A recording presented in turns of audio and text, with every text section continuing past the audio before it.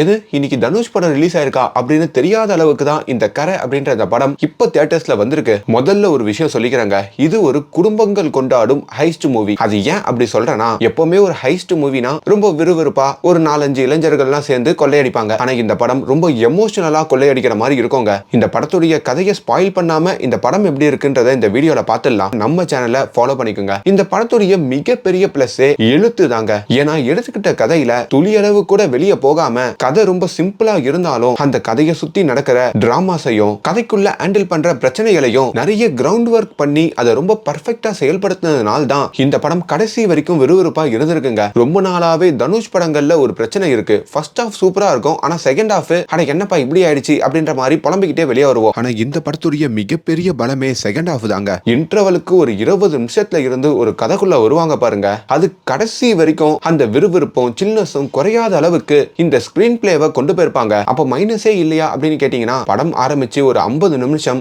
படம் ஸ்லோவா எமோஷனலா ஒரு டிராமாவோட போனாலும் சில இடங்கள்ல எமோஷன் கொஞ்சம் தூக்கலாவே இருக்குங்க. அப்படி இருக்கிறது தப்பு இல்ல, ஆனா அது மாதிரி எமோஷன் நம்ம பல படங்கள்ல பார்த்ததுனால அதை இன்னும் கொஞ்சம் கம்மி பண்ணிருக்கலாமோ அப்படின்ற ஒரு எண்ணம் வந்துருச்சு. அதே மாதிரி இந்த படத்துக்கு மியூசிக் ஒரு பெரிய பலமா இருந்தாலும் ரீ ரெக்கார்டிங் இந்த படத்தை எலிவேட் பண்ற சீன்ல கொஞ்சம் மிஸ் ஆன மாதிரி இருந்ததுங்க. இந்த டைரக்டருடைய புத்திசாலித்தனம் என்னன்னா, இப்பெல்லாம் எதனா ஹைஸ்ட் மூவி எடுக்கணும், ராபரி மூவி எடுக்கணும்னா அதுக்கான ஸ்கிரீன் பிளே எழுதுறதுக்கே அவ்வளவு கஷ்டமா இருக்குங்க. ஏன்னா டெக்னிக்கலாவே இப்ப சிசிடிவி கேமரால இருந்து ஃபிங்கர் பிரிண்ட்ல இருந்து எல்லாமே வளர்ந்துருச்சு. அதனாலேயே டைரக்டர் இந்த கதையை 90ஸ்ல நடக்கிற மாதிரி காமிச்சு அங்க ஒரு ஹைஸ்ட் நடக்கிற மாதிரி இந்த கதையை எடுத்திருப்பாரு. அண்ட் இந்த விக்னேஷ் ராஜா அப்படின்ற ஒரு டைரக்டர் இதுக்கு முன்னாடி போர் தொழில் அப்படின்ற ஒரு படம் பண்ணியிருந்தாரு. என்னுடைய ஃபேவரட் படங்க அது. அப்படி ஒரு சைக்கோ த்ரில்லர் எடுத்துட்டு இப்போ 90ஸ்ல நடக்கிற மாதிரி டக்குன்னு ஒரு கிராமத்துல நடக்கிற மாதிரி ஒரு கதையை, அதுவும் ஒரு ஹைஸ்ட் மூவியை எடுக்கிறது சாதாரண விஷயம் இல்ல. ஒரு டைரக்டர் ஒரே ஜானர்ல படம் பண்றதை விடவோ நிறைய வித்தியாசமான ஜானர்ல படம் பண்றது தான் ரொம்ப கஷ்டம்னு சொல்லுவாங்க. சோ அப்படி இந்த விக்னேஷ் ராஜா